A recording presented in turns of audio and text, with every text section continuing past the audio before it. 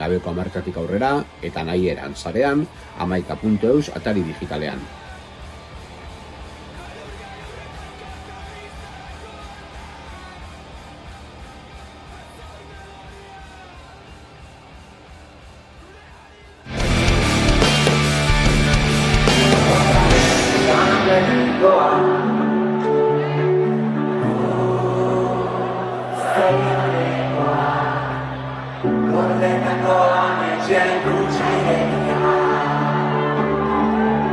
Zuzeneko musikaz hizketan segiko dugu ikusi duzue, Zetakeko Peio Reparaz Hernanin Udal plazan San Juan jaietan zaletu ezinguratuta, bestelako estilo batean handik nahiko gertu.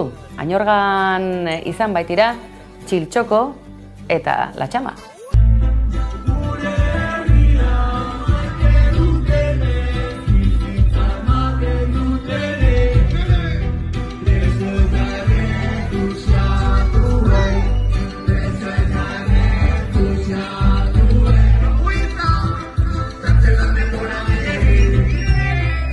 Hain zuzen ere, estrainua, mundiala, izango dena. La Txama badakizue, korrido tumbado hauek, Euskal Herritik, Donostiatik mundura, eta estrainua, lehen kontzertua egiteko hautatutako tokia ere, ez da ez edonolakoa izango. Igeldon, izango baitira, asteburu honetan, eta tira, honekin pixkanaka ere agurtzen hasiko gatzaizkizue, badakizue, egunotan musikari ere tarte eskaini diogula, aktualitatearen parte ere badirelako, eta besteak beste, gai sozialei tarte eskaini ditelako, eta ezagunak egin dira oso, baita ere, besteak beste euskal presoen auziari ere eskaini diotelako, euren 3 abestietako bat, eta sare sozialetan ere bolo-bolo dabilelako. Besterik ez, Ostoguna, maite zaituztegu, gu astelehenean bueltan izango baituzue, zintzo, eta zuek ere bai hor bestaldean, mila esker beste behin ere hor izateagatik. Eskerrik asko, Gabon. Tienes cara de buena, pero yo sé que eres, ay, vaya chama, al ángel de Ararar. Le echa una plegaria para que no vuelvas más. Y me da igual, chiqui, me da igual. Mientras tenga mis primos un poquito de fumar. Yepa.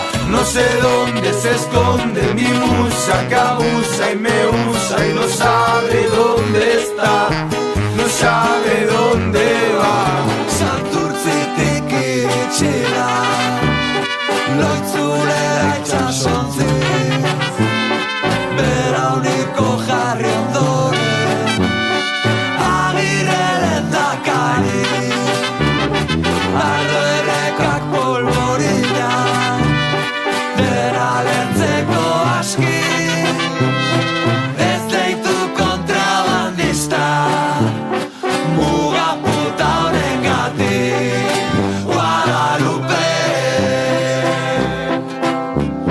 No está todo perdido, todo las que eman debutar, la Virgen denos un sitio, Guadalupe.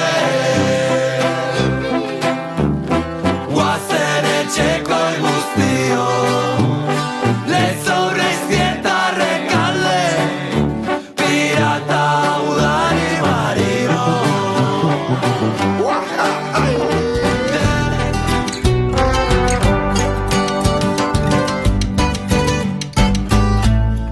Zabaiako kartzelatik eskutitz bat jaso dut nik, malkotan blai geratu naiz, ezin zaitut ikusi,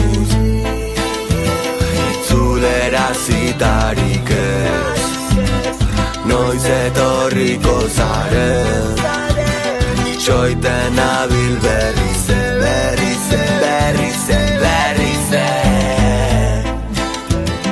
kartzelan denbora gehienik, zuk euskera hitz egiteko, ez dakit merezi dugunik,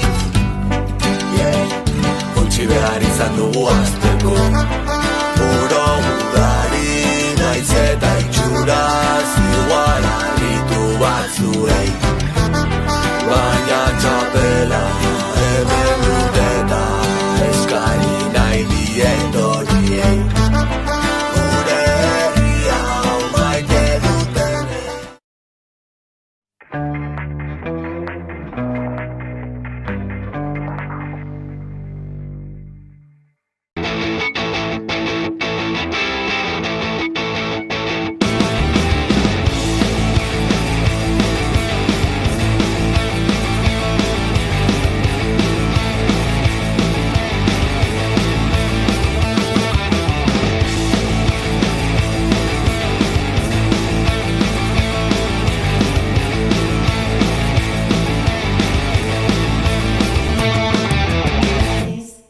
300.000 pertsonak erabiltzen dute metroa egunero.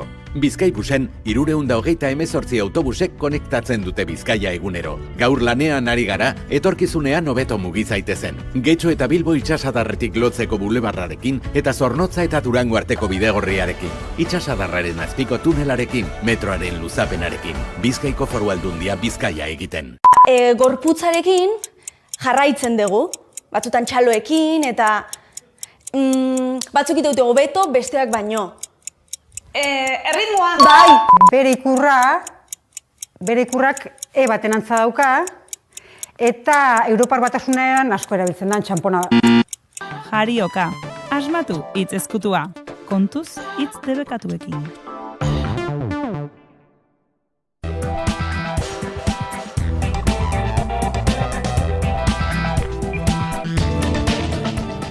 Datorren ikasturtea mobilizazioekin hasiko dute hezkuntza publikoko ikasleek.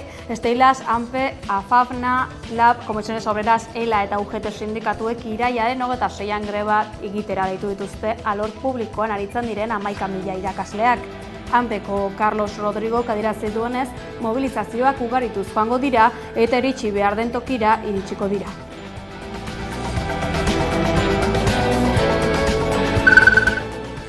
Gaur Iruñean, Gasteizen, Donostian eta Bilbon sindikatuetako ordezkariak kalera atera dira beste behin euskal preso, ieslari eta deportatuen etxeratze bidean berresten direla esateko. Sare herritarrak pasaden ekainaren 15ean bete zuen bere 10. urteurrena eta urteotan egin duen ibilbidea zoriontzeaz gain argi utzi nahi dute bakearen, konponbidearen eta elkarbizitzaren bidean sare herritarraren ondoan jarraituko dutela hemendik aurrera ere.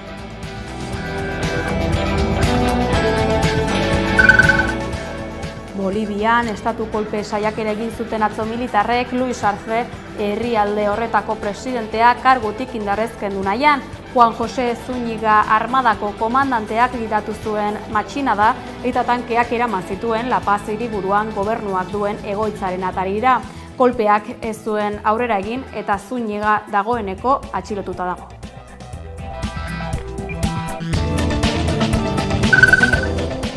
Bizkaiko auzitegiak 4 urteko kartzela zigorra ezarri dio Bizkaiko emakumezkoen futbol talde bateko entrenatzaile bati 2022an 14 urteko neskato bati sexu abusuak egitea leporatuta. Euskal Autonomia Erkidegoko Justizia Auzitegi Nagusiak ostegun honetan jakitera eman duenez, Bizkaiko auzitegiaren ebazpenak frogatutzat eman du 2022ko ekainaren 14ko arratsaldean akusatuak topaketa bat bilatu zuela adingabearekin ohiko entrenamendutik kanpo. Ebazpena ez da irmoa eta Euskal Autonomia Erkidegoko Justizia Auzitegi Nagusian errekurritu daiteke. Auzitegiak uste du akusatuak berarekin topo egina izan zuela eta jarrera zuzentzailea aitzakiatzat baino ez zuela hartu adingabearen gorputzera hurbiltzeko eta salatutako sexu erasoa gauzatzeko.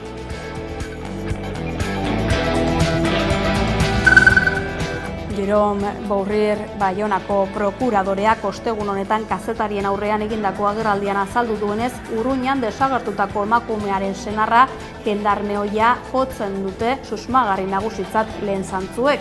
Ikertzaileek froga sendoak dituzte, haren senarra dolozko hilketa baten ustezko egietzat jotzeko Sud-Ouest hedabideak jakitera eman duenez. Bikotea banantze prozesuan zegoen eta horrek ikertzaileen susmoak areagotzen ditu.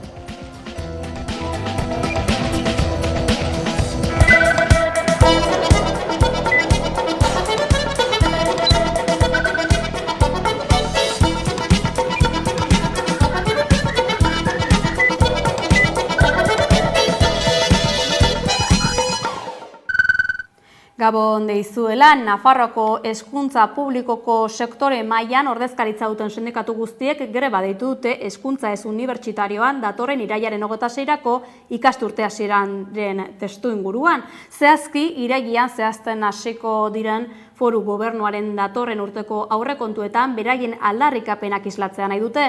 Esteilas, ANPE, AFAFNA, LAB, Komisiones Obrera, Zela eta UGT sindikatuek elkarrekin goizean egin duten agerraldia nabarmendu dutenez, irakasleen eskariei aurre egiteko dirurik ez dagoela adierazi diete hezkuntza departamentuarekin egindako bilera guztietan. Hori guztia dela eta 2025erako Nafarroako aurrekontuak lantzen hasiko direla baliatuta ekiteko unea dela uste dute.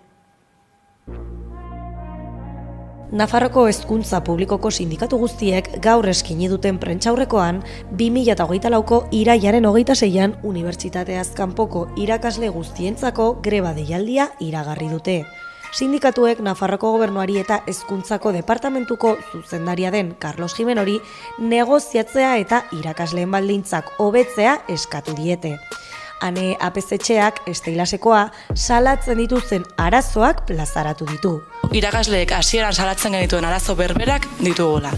Lan gainzama, gehiegizko ratioak, erosalmenaren galera eta plantillen ezegonkortasuna. Jakina denez, gai horiek guztiek eragina duten Nafarroako hezkuntza sistema publikoaren kalitatean. Aipatutako arazoak parlamentuko taldeei ere helarazi zaizkie, eta horiek bat egin dute irakasleek dituzten arazoei aurre egiteko eta irtenbideak negoziatzeko beharrarekin. Irailean 2025erako Nafarroko aurrekontuaren osaera abian jarriko denez, ekiteko unea dela uste dute sindikatuek. Horretarako mobilizazio dinamikarekin hasiko dira. Ildo horretan, iragartzen dugu irailean irakasleen ordezkaria garen sindikatu guztiak mobilizazioekin hasiko garela. Nafarroako datorren urteko aurrekontuetan irakasleen aldarrikapenei erantzuteko partidak eskatuko. Argi utzi dutenez, ikasturte hasieran mobilizazioak gutxinaka ugarituko dira. Eta sindikatu guztiek bateginik lehenengo greba eguna irailaren 26an eginen dute.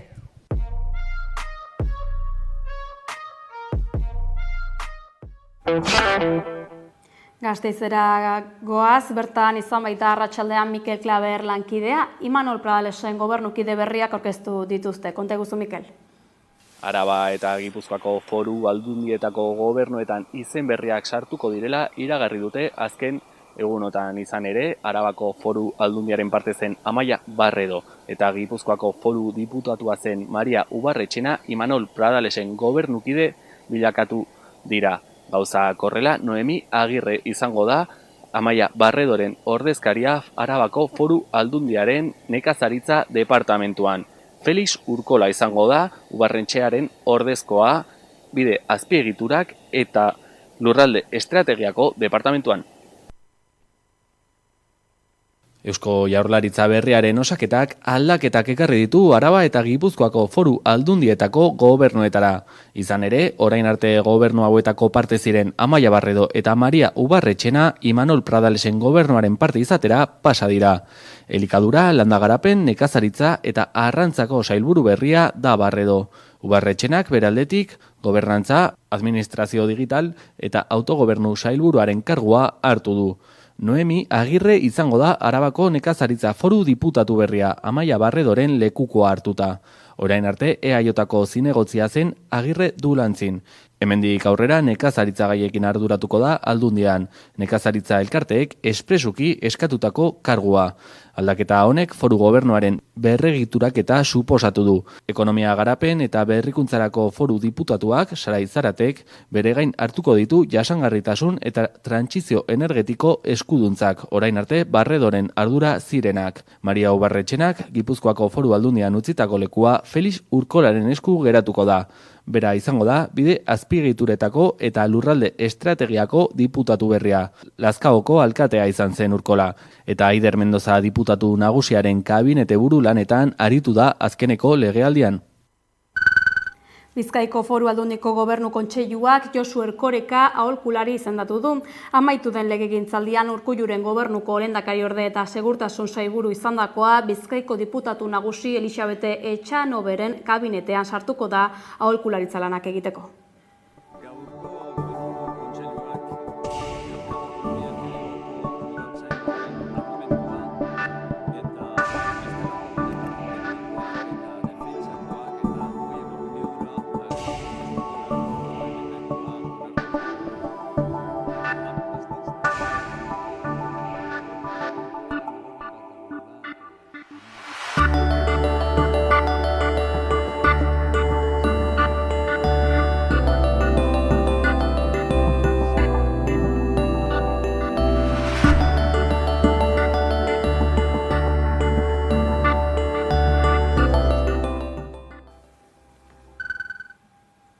Arabako Foru Aldundiko bi alderdiek EAJak eta PSek akordio bat egin dute PPrekin 2024ko aurrekontuak osatzeko. Hala jakinarazi du PPek gaur. Zehazki aurrekontuari 9,8 milioi euro gehitzea ahalbidetzen duen foru araua onartuko dute. EH Bilduk baina deitoratu egin du jeltzaleen eta sozialisten foru gobernuak PP aukeratu izana bazkide.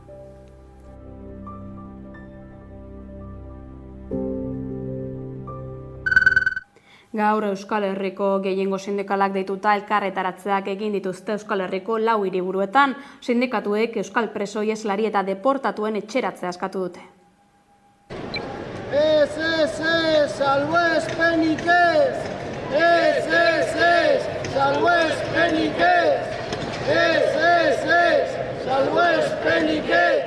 10 urteko ibilbidea bete du aurten eta esan behar dugu ibilbide horrek ekarpenak eta lorpen handiak ekarri dituela eta beraz emankorra izan dela bakearen elkarbizitza eta konponbidearen ikuspegi hortatik. Beraz, sarerekin bat egiteaz gain ere euskal sindikatuetatik ekarpena egin nahi diogu euskal preso, iheslari eta deportatuen etxeratze prozesuari. Bada momentua azken alegina egiteko eta egin dugun moduan, erakutsi dugun moduan euskal preso eta iheslari politiko guztiak etxean izateko. Handiak dira 10 urteotan denon artean egindako lorpenak. Baina jakitun gara oraindik langileok ere badugula zeregina euskal gizarteak jomuga duen elkarbizitzaren bidean. Lantokietan hasi eta Euskal Herrian barna konponbideari ekarpenak egiteko gizarteak duen nahia zabaldu eta etxeratze prozesuari ekarpenak egiteko konpromezua adierazi nahi dugu. Denon artean lortuko dugu konponbide prozesua itxi eta elkarbizitzari ateak. Politika gaiekin jarraiki Espainiar estatua motor judizialaren kontseilu nagusia berritzeko hitzarmena sinatu dute PSOek eta PPek.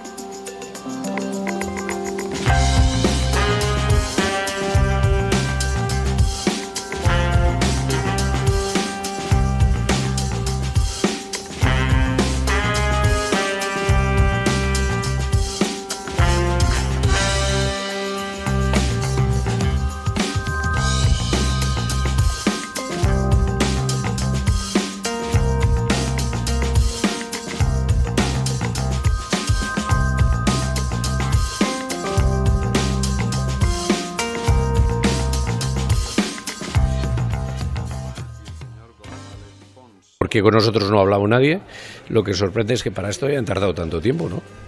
No parece que era tan difícil, si se han puesto de acuerdo, ¿no? Incluso hasta para un nombramiento sorprendente, ¿no? Para el Tribunal Constitucional, después de toda la polémica que ha habido. Tomaremos nuestra decisión, pero es evidente que entre el PSOE y el PP tienen toda la mayoría suficiente para hacer los cambios que les dé la gana.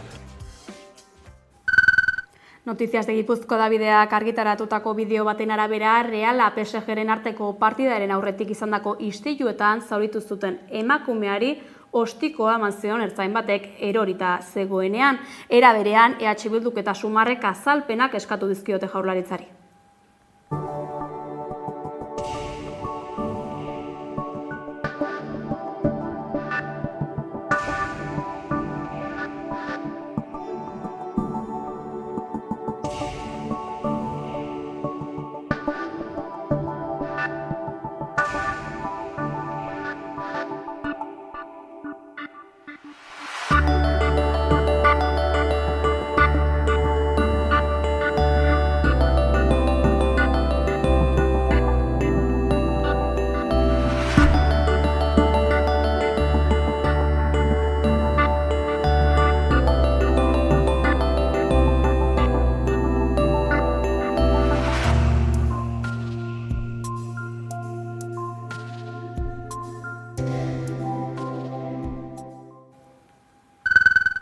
Arartekoak adierazpen instituzional bat argitaratu du ostegun honetan, ostiralean ospatuko duen LGTBI harrotasunaren eguna dela eta ohartarazi duenez LGTBI kolektiboak indarkeria, jazarpen eta larderia gehiagori egin behar dio aurre Europan, zenbait gizarte sektoretan nahi ez den polarizazioaren ondorioz.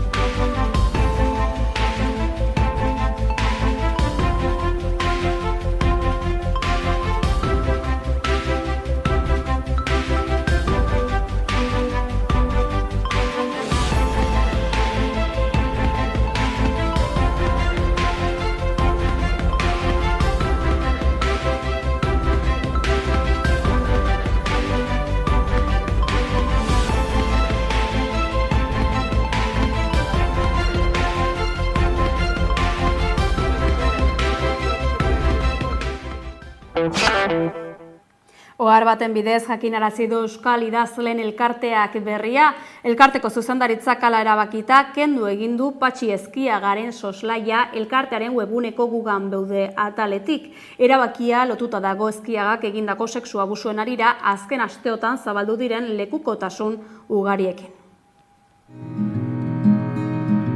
Dagoeneko 22 emakumek salatu dute Patxi Ezkiaga idazle eta irakasleak 90. hamarkadan Donostiako Lasaia ikastetxean erasoak egin zizkiela, eta eskolak ez zuela ezer ere egin. Emakume batek salatu zuen lehenengo eta jarraian biderkatzen joan dira salaketak. Orain Euskal Idazleen Elkarteak hildako idazle gogoratzeko gugan beude ataletik Ezkiagaren izena kentzea erabaki du salaketa horiek publiko egin ostean. Ohar batean adierazi duten modu sistematikoan eta urte luzetan inpunitate osoz sexu abusuak egindako pertsona batek ez duela ohorezko lekurik merezi aipatutako atalean. Hain zuzen ere ohoretzeko asmo sortutako atala baita gugan beude. Gaineratu dute biktimei sinesgarritasun osoa aitortzen dietenez gero uste dutela salaketa larrien aurrean euren ohoretza lekutik kentzea ezinbestekoa dela, berauei beren babes osoa emateko. Antzeko erabaki gehiago ere izan dira, legorretan jaiotakoa zen Ezkiaga eta udalak idazlari egindako goraipamen guztiak kentzea erabaki du. Testu inguru horretan hain justu udako ikastaroetan ostiralera bitarte indarkeria motaren bat jasan duten aurretan eraben memoria traumatikoari buruzko alderdi nabarmenetan ari dira sakontzen. Bereziki ahultasun gehigarriren baduten engan baita errebelazio berantiarrean duten eraginan traumaren tratamendu moduetan eta bestelako erreparazio moduetan ere. Era berean horrelako erasoak ekidin asmoz eta udako jaiak hasita daudela sexu erasoen aurkako protokoloak berrikusiko dituzte emakundek, eudelek eta hiriburuetako alkateek. Esperientziak partekatuko dituzte prebentzioaren alorrean zer hobetu daiteken ikusi eta erasoa gertatzen den kasuetan eman beharreko erantzunaz ere arituko dira. Miren Elgarresta emakundeko zuzendariaren arabera horrelako kasuen aurrean prebentzioan lan egita da gakoa.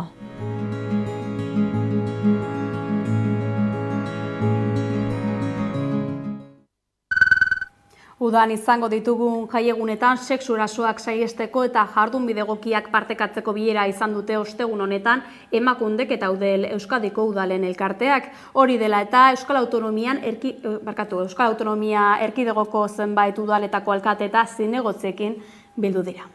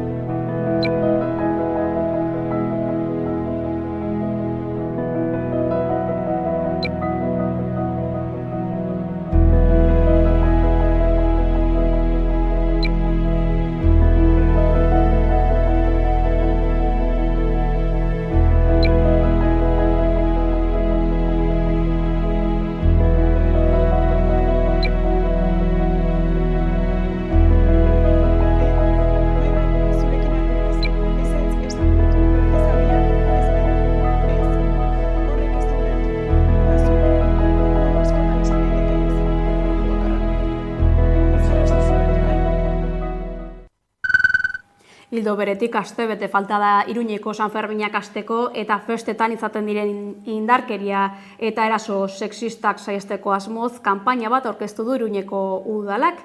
Biktimei arreta emateko baliabideak eta indarkeria mota honen aurkako kanpaina aurkeztu dituzte ostegun honetan. Iruñeko udalak eraso sexistarik gabeko Iruña kanpaina aurkeztu du. Eraso sexistarik gabeko San Ferminen aldeko konpromisoa indartu du Iruñak eta eskura dituen arreta baliabidei buruzko informazioa emango die herritarrei. Gaztelu plazako informazio gunea itzuliko da, uztailaren 5-tik 14 sentsibilizaziorako baliabide gisa. San Ferminetan eraso sexisten aurrean jarduteko eta erantzuteko protokoloa udal arlo desberdinetako beste 3 protokolok osatzen dute. Horietako bat poliziaren esku hartzea da. Udaltzaingoaren arloa aplikatzen duena. Beste bat arreta eta laguntza protokoloa da. Gizarte ekintzaren arloan mende dagoena eta 24 orduko guardiak dituena. Protokolo hori 112 telefonoarekin aktibatzen da. Zaloa Basabe berdintasuneko kontseilariak protokoloaren garrantzia azpimarratu du.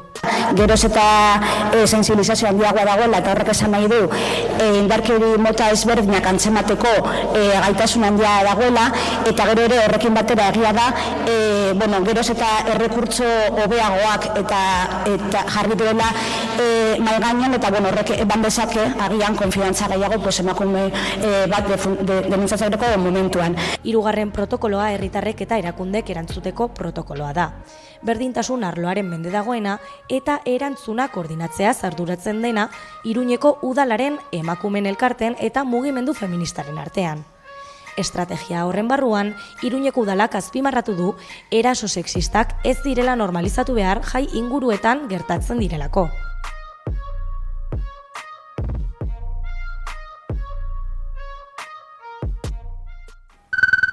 Aita Mari Ontzia Salvamento Maritimo Humanitario izaneko gobernuz kanpoko erakundearekin lanean ari da Isa Egiguren kazetaria, lan eta lan dabiltza hemendik egun gutxira Mediterraneorantz abiarazteko. Entzun. Egun hauetan ez dago atsedenik Aita Mari erreskate humanitarioko ontzian. Pasaian kokatuta seinaleak berritzen ari dira, margotzen, jada misiorako janaria erosi dute eta batez ere 2 aste baino gehiago daramate entrenatzen. Tripulazioko 8 profesionalez gain, 3 sorosle, 2 erizain eta kazetari bat, guztiak voluntarioak, erreskate mota desberdinak entrenatzen dituzte, egon daitezkeen zaurituak kontuan hartuta. Errefuxiatuentzako arropa, edalontziak eta baxera ere prestatzen dituzte eta suterik izanez gero protokoloak ensaiatzen dituzte. Dena gutxi da Euskal Atunontzi txikiarentzat. Aita Mariren eskifaiak ez du atsedenik hartzen egun hauetan behar duen baimenak lortu arte. Dena ondo badijoa, uztailaren hasieran aterako dira Mediterraneo erdialdera. Gogoratu behar da, azken misioan, otsailean izan zena, 40 pertsona lortu zutela erreskatatzea. Gasteizera goaz, bueltan, Anbisa Gasteizko udalura kudeatzen dituen enpresan astebeteko greba egingo dute jendaurreko arreta Mikel Klaber. Uztailaren 1 eta 7 bitartean greba egiteko deia egin du ELA sindikatuak Gasteizko udalurak kudeatzen dituen Anbisa enpresan. Jendaurreko arreta lanak egiten dituzten 7 langileak dira grebara deituta daudenak. Hauen enpleguak egonkortzea eta langile gehiago kontratatzea aldarrikatu du sindikatuak. Azpi kontratatutako enpresa izan da Gasteizko udalaren inplikazioa aldarrikatu dute ere langileek. Astebeteko greba deialdia egin du ELA sindikatuak Gasteizko Anbisa enpresako jendaurreko zerbitzuan. Uztailaren 1 eta 7 bitarteko greba deitu du sindikatuak Gasteizko udal urak kudeatzen dituen enpresan. Salatu dutenez, bezeroak hartatzen dituzten 7 langileen baldintzak kaskarrak dira, lanpostuak ere arriskuan daudelarik. Langile hauek ez daukate lanaldi osorik, beraien borondatearen aurka 6 ordutara lan egiten dute. Badaude langileak ez daukatenak finko edo kontratu mugagaberik ere. Gainera hemen pasatzen dana da, azpikontratatuta egonda, Anbisak 2-3 urtean behin ateratzen du pliegotara, konkurtsora zerbitzu hau. Eta langile hauek ez daukate subrogazio eskubiderik, hau da, 2 urtero, gutxi gora bera, beraien lanpostua kolokan daude. Subrogazio eskubide hori bermatzea aldarrikatzen eskatzen dute langileek. Lan baldintzak hobetuz, zerbitzua ere hobera egingo duela baieztatu dute. Greba hau da, enpleguagatik lanpostua sortzeko, lanpostuak egonkortzeko eta lanpostuak lanaldi osora bilakatzeko. Ezinbestez, langile gehiagorekin zerbitzu hobea emate zaio Gasteizko herritarrari eta guk uste dugu greba ildo horretik doala. Azpikontratatutako zerbitzua izanik, Gasteizko udalaren inplikazioa eskatu dute langileek. Uste dugu Gasteizko udala bezalako instituzio potente batek, askotan entzuten dugun, lanpostuak egonkorrak izan behar direla, prekaritaterik ez dela sustatu behar, bera dabil prekaritatea sustatzen, ez? 6 ordura lanean langileak eukita 1.100 euro gutxi gora bera kobratzen, nik uste hori prekaritatea dela, eta Gasteizko udalak badauzka erramintak kasu honetan, kasu konkretu honetarako, prekaritatearekin behintzat eremu honetan bukatzeko. Enpresa zein udalarekin negoziatzeko borondatea erakutsi dute. Bien bitartean, astebeteko grebari ekingo diote astelenean Anbisako arreta presentzial zein telefonikoaren zerbitzuan. Ia 80 egun greban eman ondoren Bilbo buseko langileak lanera itzuli dira gaur.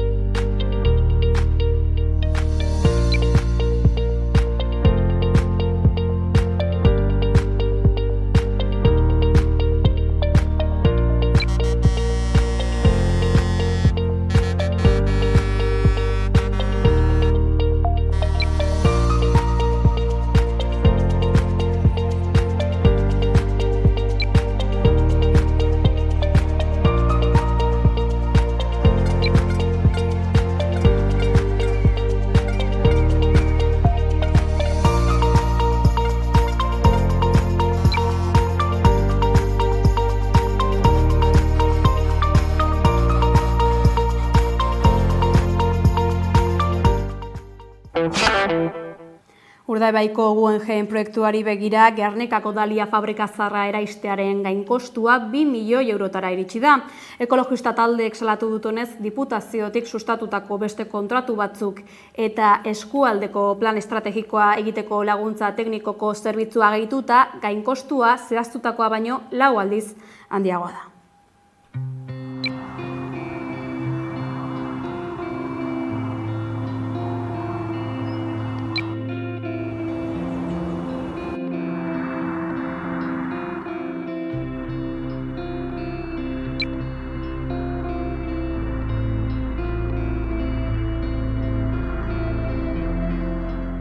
Hamarkadak daramatza kutsatuta eta herritarrak hamarkadak daramatzate kutsadura honekin bizitzen.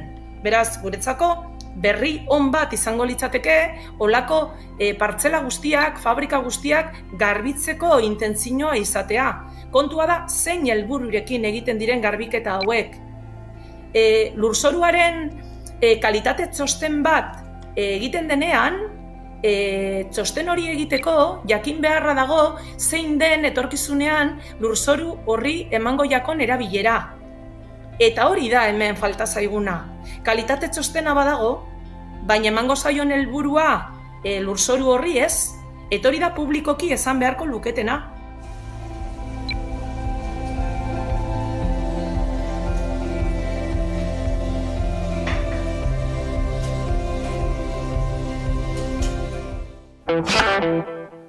Bolivian estatu kolpea emateko alegina kutsu egin du eta burua atxilotu dute. Militar talde batek gobernuaren egoitza inguratuta eduki du La Paz hiriburuan eta Arce presidenteak zuzenean aurre egin dio matxinadaren buruari. Herria kaleratera eta ordu gutxi batzuen buruan militarrak erretiratu egin dira.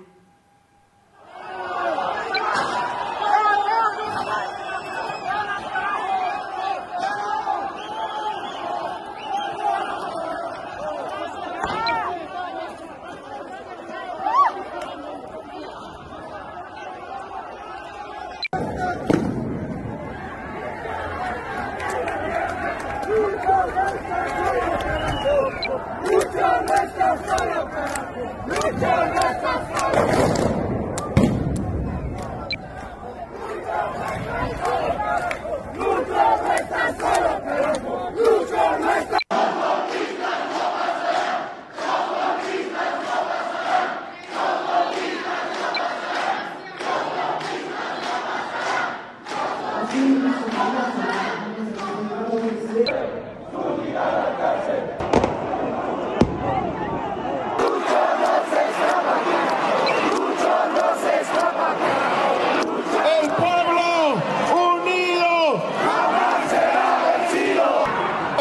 pueblo movilizado ha hecho posible que hoy hagamos retroceder esta intentona golpista. ¡Gracias, pueblo boliviano!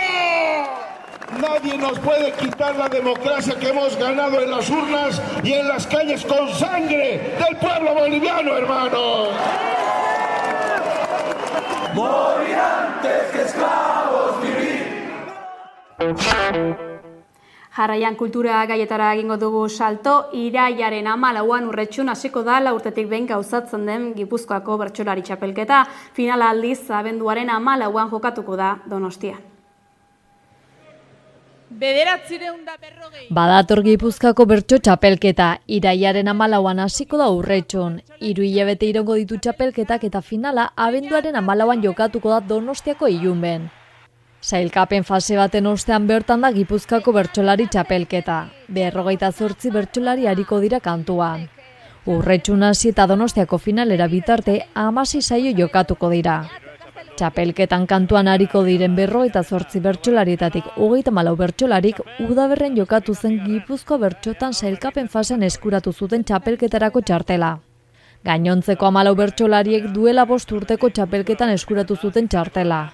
Hori ez gain 15 gai jartzaile 16 epai eta 4 idazkari eta laguntzaile ugari izango dira txapelketan lanean. Guztira 16 saiok osatuko dute txapelketa, 3 fasek eta finalak, 7 final 8 5 final laurden, 3 final aurreko eta finala jokatuko dira. Azkenekoz 2019an jokatu zen Gipuzkoako bertsolari txapelketa, eta Beñat Gaztelumendik eraman zuen txapela, buruz burukoan agin labururekin aritu ostean. 5 urteko hutsunearen ostetik baina heldu da txapelketa urteurren berezian. Izan ere Gipuzkoa bertsotan sailkapen fasean bezala, Gipuzkoako bertsolari txapelketan ere Gipuzkoako lehen bertso eskolaren 50. urteurrena izango dute gogoan. Udaberriko faserako sortu zuen irudiari 3. dimentsio bat eman dio Unai Gaztelumendik. Eta dagoeneko bertso saio guztietako sarrerak salgai daude vbikoitza bertsosarrerak.eus webgunean. Hoi bezala bertsozale elkarteko bazkidek eta gazteek prezio berezia izango dute sarreretan. Tan orkera mangintuen, sabel barruan bianai. Ostegunero moduan Gaizka Izagirre pantaiak euskarazeko kidea dugu gurean. Adi, uda aurretiko azken gomendioak dakartza eta. Kaixo, hemen gatoz berriro ere euskerazko estreinaldi nabarmenak aipatzera. Egunotako estreinaldien lehen geldialdia Netflixen egingo dugu, Supasel telesaila, ingelesa, Londres hegoaldean girotuta eta 5 pertsona arrunt ezoiko botereak garatzen dituzten unean hasiko da. Filminetik Loveless, 2017ko Cannesko zinemaldiko epaimaiaren sari nagusia eta nazioarteko film honenaren Oscar sarietarako izendatuta egon zen pelikula. Dibortzio desatxegin baten erdian dagoen bikote batek bere semea aurkitzeko indarrak batu beharko ditu, haien eztabaida baten erdian desagertu egin baita. Forsama, latzgarria, dokumental honenaren Oscar sarirako izendatua izan zena, ama gazte batek bere alabari bidalitako maitasun gutun batek Siriako Alepoko 5 urteko gerrako bizitzaren istorioa kontatzen du. 5 urte horietan maitemindu, ezkondu eta sama erditzen du, ingurunoan hondamendia eta gatazka duen bitartean. Primeranen, Jon Mikel Fernandez Elortzek zuzendu duen Bi Arnas dokumentala, historia honetan 2 arnasketak kontatzen dira.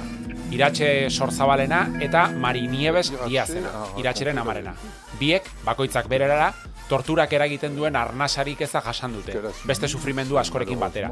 Torturari buruzko testigantza da Bi Arnas. Inoiz eskaini ez den injustizia eta elkarrizketaren isla. Eta amaitzeko, denboraldi honetako azken bideoa denez, udan iritsiko diren zenbait izenburu aipatuko ditugu. Helduentzako gauzak bikoizten ari dira, benetan pozgarria. Komedia romantikoak gustuko badituzu adibidez, Netflixen Familia kontu bat estreinatuko da, Nicole Kidman eta Zac Efron protagonista dituena. Superdetektibea Hollywooden, baita ere Netflixen. Aurkezpenik behar ez duen 1984ko Martin Brest estatubatuarraren pelikula Eddie Murphy protagonista duena. Eta noski Prime Videon boterearen eraztunak abuztuaren 29an euskeraz bikoiztua iritsiko da. Besterik gabe, irailean itzuliko gara bideo eduki eta gomendio berri gehiagorekin. Bitartean badakizue, udan ere pantailetan euskaraz gozatu. Gogoratu, asteko estreinaldi guztiak zeintzuk izan diren jakin nahi izanez gero, zernonikusi.eus webgunea daukazuela. Onaino kontatzeko geneukana, igande honetan Frantziako hauteskunde legegileen inguruan Xabi Alo lankideak Eki Erremundegi kazetariari eginiko elkarrizketarekin adio esango dizuegu. Asteburu ona pasa. Hilaren amaieran, ekainaren 30ean Frantziar estatuan hauteskundeak egingo dira.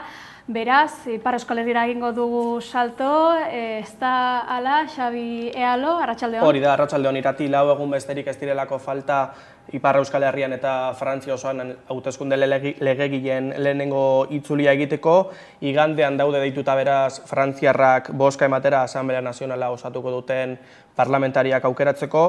Arreta Ipar Euskal Herrian jarri nahi izan dugu eta horretarako Eki Erremundegiren gana jo dugu. Eki Erremundegi, arratsaldeon.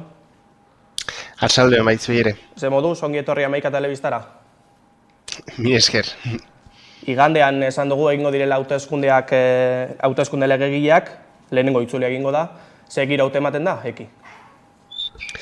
Egia ejan, alde batetik ikusten da hauteskundeak badirela, kanpaina ari delako bai merkatuetan, eskugiak banatzen, jentsojekoak hautagaitzen aldetik eta beste, baina irudipena dut ez dela sentitzen giro hori bai kezka bat, azkenean lehen aldiz Frantzian eskuin mutujak bere horretan boterea hartzeko ahiskua izan daitekeelako, baina hain izan da kanpaina labuja, hain bortitza izan zen Emmanuel Macron Frantziako presidentearen iragarpen hori, eta dena hain urgentzian egin nahi, duritzen zait, jendeak ez duela behar bada ere askok kontzientziatzen ez, hauteskunde kanpaina batean girenik, eta igandean bertan bozkatu beharko dela. Hautagaiekin eta mintzatzean, ejaten digute, ari dela egizegia, auzo etxe ere kanpaina egiten, eta aheman hori badutela egitajekin, baina uste dut aspaldi ezken duela izan hauteskunderik hain joko eremu irekiarekin eta hainbesteko segurtasun faltarekin gertatuko denari buruz. Gaur egun, ni behintzat enaiz gai, ejateko helduden igandean ze atera daiteken hauteslekuetatik eta ze emaitza atera daiteken, bai Ipar Euskal Herrian eta bai Frantziako estatu guzian ere. Kokatu gaitezen Eki, Marine Le Penen bilgune nazionalak irabazi zituen Europar Parlamenturako hauteskundeak Frantzia osoan eta Ipar Euskal Herrian ere bai. Momentu horretan eragin zuen Macronek lurrikara politikoa, gogoratu dezagun. J'ai décidé de vous redonner le choix de notre avenir parlementaire par le vote. Je dissous donc ce soir l'Assemblée nationale. Je signerai dans quelques instants le décret de convocation des élections législatives qui se tiendront le 30 juin pour le premier tour et le 7 juillet pour le second. Gerora etorriko ziren errepublikarren arteko liskarra, Fronte Popular berriaren eraketa hori, nola ari zareten bizitzen Ipar Euskal Herrian, Eki? Ejan dizudana, biziki kanpaina lasteja izaten ari da. Nik egia ejan, gure ingurunean jendearen kezka hori sumatzen dut, eskuin mutuja iritsi daitekeelako boterera. Orain, jakinez ere, eskuin mutujaren ideiak azken urteetan pixkanaka jadanik boterean eman izan direla, Macronistek Frente Nazionalarekin batera bozkatu zuten immigrazio legea, ikusi dugu ere azken urteetan Macronek ze boterearen praktika autoritario izan duen, bai ekologisten kontra edo bere erreforma bortitzen kontra izan diren mugimendu sozialen kontra nolako bortitzkeria erabili duen Frantziako gobernuak, sekulako zaurituak izan dira, jaka horien mobilizazioetatik erretreten kontrako erretreten erreformaren kontrako mobilizazioetara, edo izan azken hilabetetan izan diren hainbat bataila ekologistetan, eta uste dut badela kezka hori, badela zinezko beldu hori, Frente Nazionala boterera iritsiko balitz, hori guztia bidezkatuko delako, bai pertsona ahazialezteatuei begira, bai LGBT mugimenduari begira, bai emakume eta gaztei begira, pobreenei begira, zaurregienei begira, bortezkeria hori emendatuko da, eta orain arte jadanik ikusten den bilakaera biziki kezkagarri hori indartu besterik ez da egingo Frente Nazionala boterera itxiko balitz, eta arriskua hor da. Beraz, egoera berezi horrek ere, uste dut mobilizazio berezi bat bultzatzen duela, bere gora bera guztiekin, Baionan adibidez lehengo larun batean izan zen eskuin mutujaren kontrako beste manifestazio bat, eta biziki jende gutxi mobilizatu zen, eta horrek ere kezka bat sortzen du, alako egoera batean, jendeak ezpanin badu kajikara ateratzeko beharrik sentitzen, ea igandean hauteslekuetara joaiteko beharra sentituko ote duen, baina bai, pentsa daiteke, eta espero dugu parte hartze handia izango dela igandean, eta horrek eskuindujari ateak isteko aukera emango duela, baina ez dakigu, gaur egun ez dakigu ze gerta daiteken, eta ze gertatuko den, eta igandera arte itxu beharko dugu, ikusteko Macronen erabaki horrek ze ondorio praktiko dituen. Eta Macronek erabaki zuen hori emaitza ofizialak ezagutu aurretik eki, eta horrek nolabaiteko arreta ditu zuen, zuelako itxaron emaitza ofizialak jakin arte, bazegoen horretarako zantzurik, alegia Macronek desegingo zituela, gorteak. Frantziako Asamblea desegiteari buruz aspalditik aipatzen zen aukera hori, eta analiste gehiago heldu den udazkenerako aukera bezala ikusten zuten, funtsean auge kontua bozkatzeko etzuelako gehiengorik izango Macronek, eta aipatzen zelako errepublikanoek haren kontrako zentsura mozio bat aurkeztuzaketela. Orain arte izan dira zentsura mozioak bai Frente Nazionalaren aldetik, bai ezkerraren aldetik, baina sekula ez dute gehiengorik lortu, besteak beste errepublikanoek ez zutelako bozkatzen. Errepublikanoek aurkeztutako zentsura mozio bati, bai ezkerrak, bai Frente Nazionalak babesa emango ziokeen, eta beraz, Macronen gobernua desautorizatua izango zen, eta Frantziako Asamblea desegitera behartua izango zen. Macronek egin duena da hori augeratu. Funtsean, eta hor badira analisia bat baino gehiago. Batzuek aipatzen dute Frantziako ezkerraren zatiketa baliatu nahi zuela, nolaz baitere gaur egun duen gehiengo hori eskuratu ahal izaiteko ezkerra galduko zituen diputatuak bereganatuz. Bada ere, aipatzen da, urria itxen gabe, elduden duazkena itxen gabe, gaur egun berak deseginez Frantziako Asamblea aukera gehiago izan zezakeela behar bada errepublikanoekin ondotik aliantza bat egiteko, baina horiek denak azkenan suposizioak dira, badakigulako azken 7 urteetan ez balin badu lortu berak nahiko lukeen aliantza zabal hori egiten bere eskuinetik eta bere ezkerretik jendeak erakarriz, erakarri behar zituenak erakarritu jadanik, orain ere hori lortzea zaila da. Apustu arriskutsua da, asko gehaten dute Macronisten helburuetako bat dela ere gaur egun eskuin mutuak boterea dezan. Argi dena da, azken urteetan izan duten praktikak eta azken urteetan ere dituzten politikek hori ahalbidetu dutela, eskuin mutuja igotzea, idea xenofobo eta razistak, diskurtso xenofobo eta razistak normalizatzea, eta Macronistak dira azken urteetan eskuin mutujak izan duen gorakadaren erantzule nagusienetakoak. Eta Macronek hartu duen erabaki honekin, praktikoki eskuin mutuja boterera iristeko arriskua maigeinan ezagidu. Esan dugu igandean egingo dela lehenengo itzuli hori, bi itzulitara jokatuko dira hauteskunde legegileak, hiru bloke nagusi osatu dira, alde batetik Marine Le Penen Bilgune Nazionala, Fronte Nazional berria, sortu berria, eta Macronen alderdia ze panorama geratu da hauteskundeetan. Bai, hiru bloke horiek ikusten ditugu azken urteetan funtsean, Macron agertu zenean 2017 bai alderdi sozialista, bai errepublikanoak lehertu ziren, eta Macronek nolaz baitere bloke zentral hori osatzea lortu zuen, funtsean zentraletik gutxi zuena, bizikifite ikusi baita eskuineko blokene hori bat zela. Ondoan, eskuin mutuja gero eta indartsuagoa da, eta azken urteetako politikek eragin zuzena dute hortan, eta ezkerreko bloke hori, bere gora bera eta zatiketa guztiekin biziki hauskor eta desegonkor izan dena azken urte hauetan.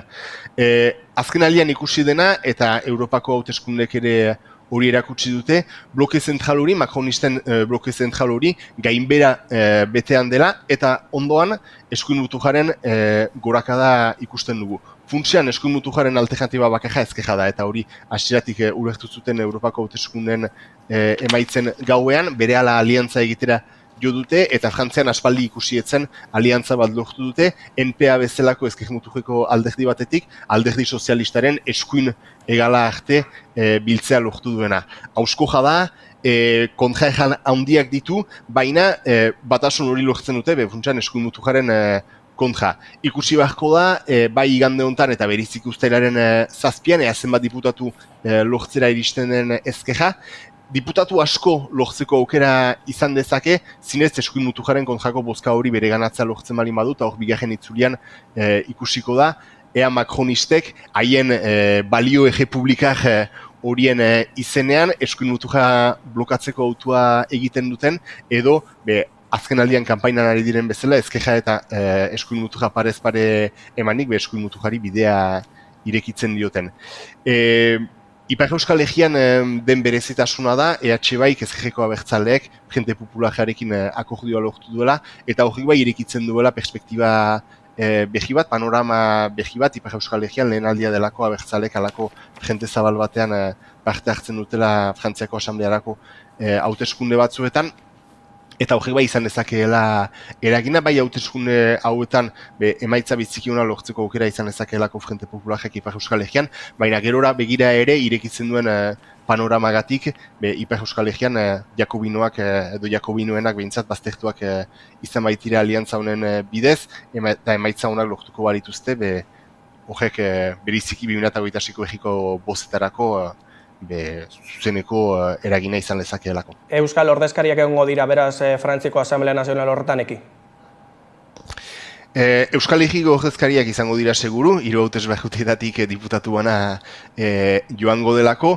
Euskalduna bakarra izan daiteke, Peio Dufo, EH Baiko hautetxia, bai, hautetxea da Ziburuko Herriko etxean, eta sindikalista CGT-koa, eta seigarren hautesleetatik bai izan lezakeela aukera Frente Popularekin diputatu izatera iristeko. Jakimar da seigarren hautesleetatik orain arte Benzambrui diputatua izan dela, Modemekoa, eta berak ez duela behiz ez aurkeztea erabaki duela. Haren ordez presidentearen aldeko koalizioan Christian Devez kanboko hauzapeza izango da, eta jakimar da kanbonden irigintza proiektu handi baten erantzulea dela bera, eta horren inguruan bere kontrako bost desente lortitzakeela, eta ondoan Emmanuel Brizon republikanoen hautagaia eta eskuin mutujeko gazte ezagun bat aurkeztuko direla. Beraz funtsean, eskuinaren zatiketa hortatik, behar bada Frente Popularak emaitza biziki honak lortzeko aukera izan lezake. Eta gero, ondoko bi hautesleetietan, bosgarrenean argiki Colette Capdevielle eta Florence Lazerren arteko lehia izango da hor. Colette Capdevielle Frente Populareko hautagaian lehi arte Bai horrekin batera aurkezten dena, EH-Baikoa du ordezko, eta Florence Lazer horren arteko diputatua Modemekoa presidentearen sustengu bezala aurkezten dena. Eta laugarren hautesleetian, Iñaki Etxaniz sozialista izan da horren arte diputatu, behiz hautatua izaiteko aukerak baditu, baina parean beriziki Jean Lazal diputatu hoia ere aurkeztu zaio, diputatu satelite bat dena, batzuek eskuin mutujean sailgatzen dute, argi da behintzat ez dela ezkerrekoa, eta egia da, barnekaldean boto kopuru handia jasoi duela azken urteetan, Europako bozetan ere, ez zuen eskuin mutujak irabazi barnekaldeko egien hitzetan, Jean Lazal nagusitu zen leku horietan, eta hor lehia estua espero da, Etxaniz eta bere artean. Beraz, gaur egun, biziki joko zelai irekia da, Ipar Euskal Herriko 3 hautesleetietan, beriziki seigarrenean eta laugarrenean egia ejan, bosgarrenean askiagiago ikusten noren arteko lehia izan daitekeen, eta lehen itzuliko bozek asko baldintzatuko dute, helduden uztailaren 7irako izan daitekeen aukera hori. Ikusteko, beraz, Domekan gertatzen den. Atzoeki eztabaida egin zuten Frantziako telebista pribatuan, dago irabazle argirik, debate horretan? biziki zaila da jaten olako eztabaidetan norbaitek irabazten duen edo galtzen duen. Gehienetan aipatzen da irabazi funtsean ez dela irabazten, baina galtzeko aukera handiak izan daitezkela, bakoitza bere jarraitzailei eta konbentzituei mintzatzen zaielako. Egia da, nik personalki nuen ikusi, baina izan diren komentarioen gatik eskumutujiko hautagaia Bardela hautagaia nahiko gaizki eta galdua ibili zela aipatu du batek baino gehiago, bere programa ezin argumentatuz, kontraejan handiekin, eta Manuel Bompard ezkerreko hautagaiak aldiz, nahiko txukun erantzun zuela, eta egia da, gaur ikusten balin badira komentario gehienak, gehiago ari dira Bomparden inguruko txikikeria batzuekin polemika sortu nahian, berak ejantzituenei buruz. Hori nojabalean nahiko seinale ona izaten da, bere diskurtsoarekin gauzak ongi ejantzituelakoan. Nik uste dut, olako eztabaidetan baino, kanpaina honetan hainiz jokatuko dela, atez-ate egingo den kanpaina horretan. Funtsean, 3 espazio ezberdin badira. Espazio mediatikoa erabat ezkerraren kontrakoa da, eskuin mutujari ahotsa eman dio azken urteetan, eta makronisten aldeko mezuarekin ere ari da. Sare sozialetan ezkerrak ere sekulako berantadu, eta hor asko aipatu da besteak beste TikTok bezalako sare sozial batean eskuin mutuja gazteen gana iristeko izan duen gaitasuna, eta Bardela efektua Europajetan hainitz hola esplikatzen dute analistek. Eta azkenik, eguneroko bizitzako ajeman sozial horiek dira, merkatuetan, atezatekoan eskurriak banatuz, eta jendearen gana zuzenean joanez lortzenen ajeman sozial hori, eta nik uste dut ezkerrak zerbait egitekotan, hortan izan dezakeela aukera zerbait aldatzeko, abstentzioa izan den eremuetara joan, jendearekin mintzatu, jendearekin eztabaidatu, eta esplikatzea konkretuki Frente Popularak duen programarekin eguneroko bizitza aldatzeko aukera izango dela, bai lantzariak emendatu, CGT-aren adina apalduz, fiskalitate mailan progresibitatea handiagoa lortuz eta aberatzenei zerga handiagoak, zerga gehiago ordainaraziz. Ez da iraultzarik izango, ez da ametxik egin behar, baina gutxienez eskuin mutujari ateak itxi eta egitaren egunerokoa pixka bat hobetzeko aukera izan daitekeela. Diskurtso horrekin balin badoaz, 2 aste biziki laburrak dira, jadane bukatzen ari da, 3 egun gelitzen dira eluden igandeko hauteskundetako kanpaina bukatu aintzin. Hori da ezkerrak egin dezaken onena, eta bai, olako eztabaidetan dudarik gabe ez da galdu behar, baina nik uste dut beste joko zelai batean jokatuko dela nagusiki zerbait irabazteko aukera ezkerrarentzat. Eta bigarren itzulian ekize aurre ikus daiteke, aliantza berriak osatuko dira, edo baten batek behar bada dimisio emango du, ze aurre ikusten da hor Ipar Euskal Herrian? Argiki leku gehienetan aipatzen da izango direla Frente Popular eta eskuin mutujaren arteko lehiak.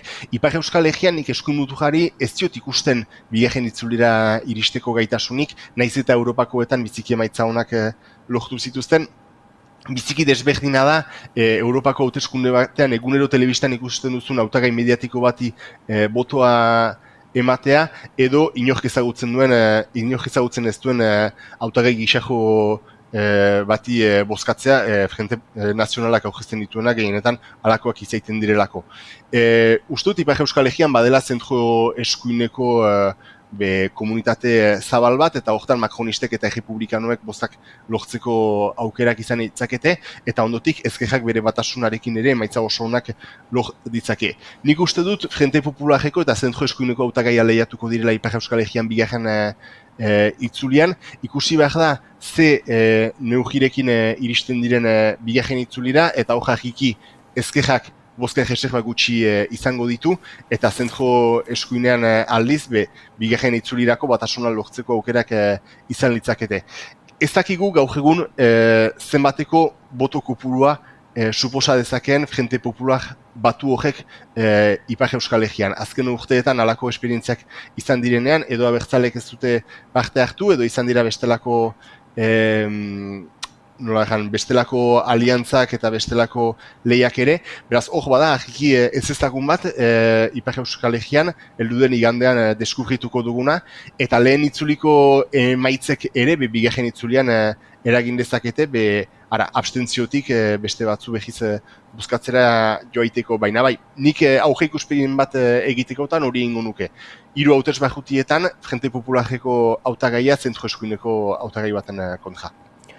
Eki Erremondegi, horrekin geratuko gara, eskerrik asko Amaikaren deiari erantzutearren, eta izango dugu elkarremeri aurrerantzan ere. Mil esker zuei eta laizte arte.